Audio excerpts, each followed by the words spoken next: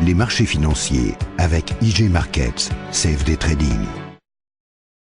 Bonjour, c'est Gilles du site boursicoté.com. Voici l'analyse technique des principaux indices boursiers mondiaux donc pour cette journée du vendredi 5 octobre 2012.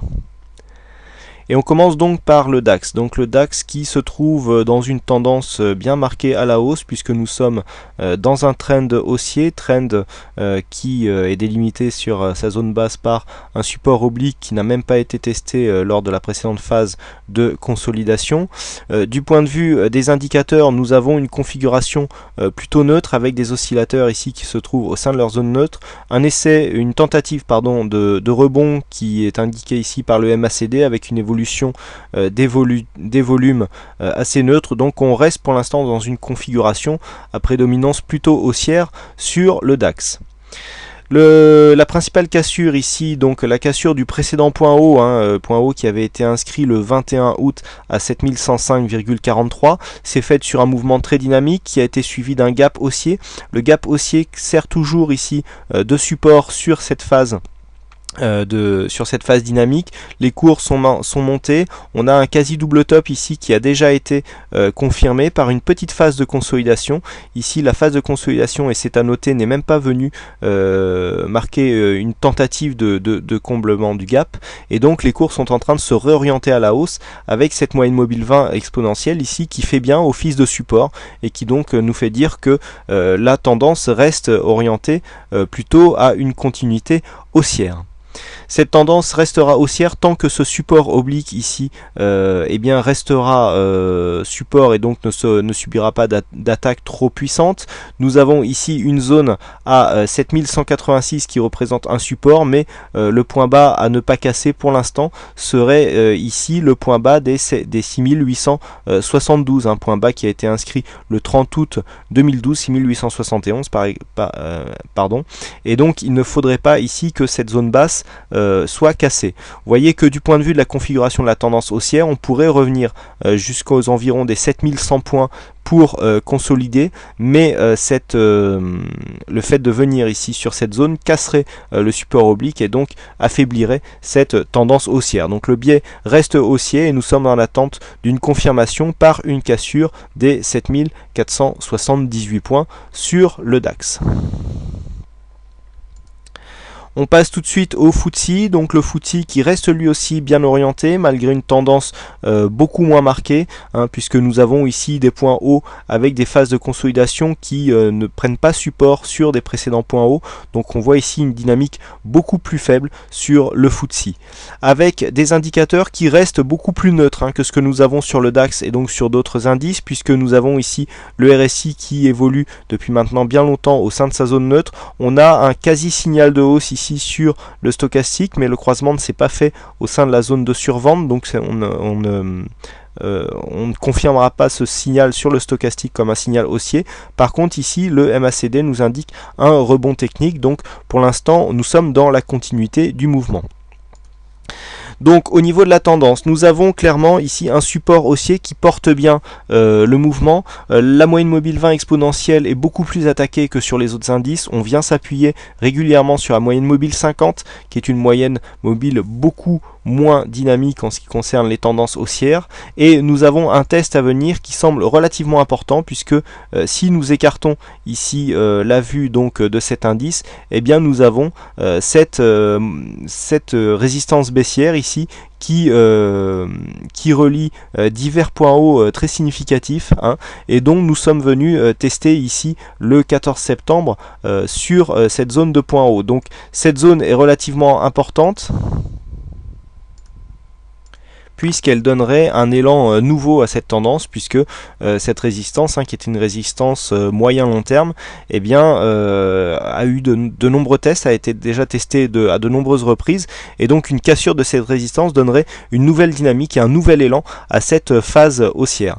Donc la tendance reste haussière sur le FTSE, tant qu'une cassure ici des 5738 n'a pas été effectué, puisque même si ça ne correspond pas à un dernier point bas significatif, on aurait une sortie de ce trend, puisque nous aurions une cassure de ce support haussier et une cassure des 5766. Donc biais haussier conservé sur le FTSE, avec confirmation par une cassure donc de cette résistance baissière qui se situera aux alentours des 5900 points, et donc confirmation du précédent point haut qui se situe sur cette séance du 14 septembre 2012 à 5932 points.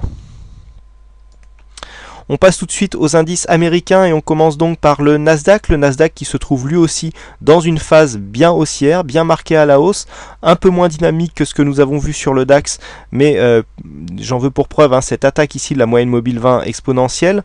La configuration technique du point de vue des indicateurs nous montre une certaine neutralité ici au niveau du RSI et du stochastique, qui vient ici de confirmer une phase de consolidation, confirmée aussi par le MACD qui nous a lancé un signal de retournement ou une évolution au niveau des volumes qui est relativement neutre, et donc ce qui nous donne une continuité de cette tendance, puisque nous avons confirmation ici de ce support haussier qui confirme le trend légèrement convergent, mais vraiment très légèrement, ce qui m'a empêché de transformer ce trend en biseau, puisque la convergence est vraiment très très faible, donc on apparentera ce mouvement plutôt à un trend haussier.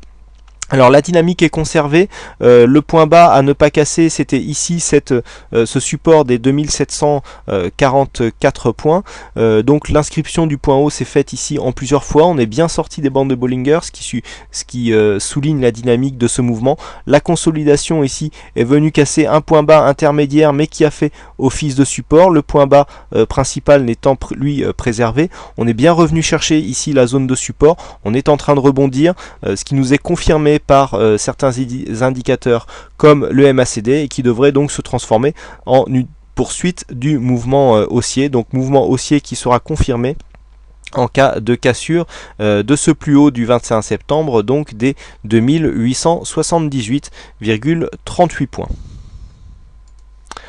On reste sur les indices américains avec le S&P 500, donc le S&P 500 qui est lui dans une phase beaucoup plus dynamique du point de vue de son mouvement haussier, puisque nous avons ici des zones de points hauts qui sont plus facilement transformées en zones de support, même si le support principal était ici identifié à 1499 points. L'inscription d'un nouveau plus haut s'est fait sur une phase très très dynamique, la résistance ici a été cassée sur une phase relativement forte. Et nous avons ici une phase de consolidation qui nous est confirmée par les indicateurs, puisque nous avons ici le RSI qui part de sa zone de surachat qui consolide, accompagné ici du stochastique et donc du MACD. Le MACD nous a donné une phase de retournement, et donc nous avons ce retournement qui se retrouve ici en contact avec la moyenne mobile 20 exponentielle, qui réactive la dynamique, quasi contact ici avec le support oblique, qui donc nous provoque une nouvelle phase de dynamique haussière, avec donc cette dynamique qui est en cours et qui sera donc confirmée par une cassure haussière du précédent point haut qui se situe à 1474,51. Donc le biais reste haussier sur le S&P 500. En cas de cassure des 1474, eh bien ça sera ce point bas des 1430 qui devra être préservé pour donc rester dans une phase haussière. Alors bien sûr, une cassure ici de ce support haussier commencerait à affaiblir la dynamique de ce mouvement, et donc une cassure des 1430 points nous ferait sortir de cette tendance haussière. Et enfin, pour terminer, je vous propose une analyse du Nikkei. Donc le Nikkei qui reste dans un biais, même s'il est légèrement haussier, mais plutôt neutre. Alors nous sommes dans une phase où, d'un point de vue long terme, on sort ici d'une phase de baisse relativement marquée, qui avait été précédée par une phase de hausse. Donc par rapport à cette phase de baisse, on a cassé le précédent point bas, mais la consolidation qui a suivi a marqué ici une phase en biseau. Donc le point haut de cette consolidation consolidation pour l'instant est juste venue effleurer ici la zone des 50%. Et ce que nous pouvons observer, c'est que suite à ce contact, nous avons donc à ce contact avec cette entrée dans la fameuse zone des 50-61,8, nous avons une cassure du précédent support et donc qui nous provoque une sortie du biseau. Alors pour l'instant, la cassure se fait donc sur une phase de gap. Même si le gap a été repris, on peut constater que les cours sont en train de tester l'ancien support comme une résistance, et donc cette configuration pourrait nous donner une confirmation de la baisse par une cassure ici du point bas du 6 septembre 2012 à 6846 points, qui pourrait nous donner un objectif qui se situerait aux alentours des 8326 points, donc l'objectif du biseau.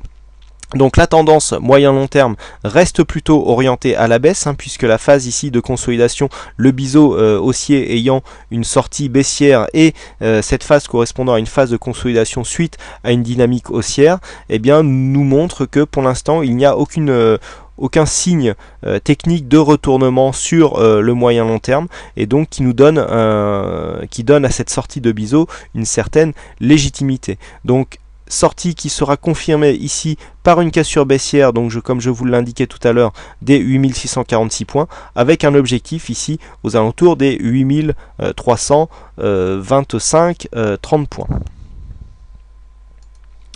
Voilà ce que l'on peut dire donc sur ces principales analyses techniques donc des principaux indices boursiers mondiaux. Donc c'est une première. Pour l'instant, cette analyse devrait être hebdomadaire. J'essaierai dans la mesure du possible d'effectuer cette analyse avant l'ouverture des marchés américains. Vous pouvez donc m'envoyer vos remarques ou me proposer d'autres indices qui pourraient prendre place dans cette analyse hebdomadaire. En fonction du succès rencontré, j'étudierai le cas de pouvoir faire plus d'analyses d'indices boursiers à l'avenir.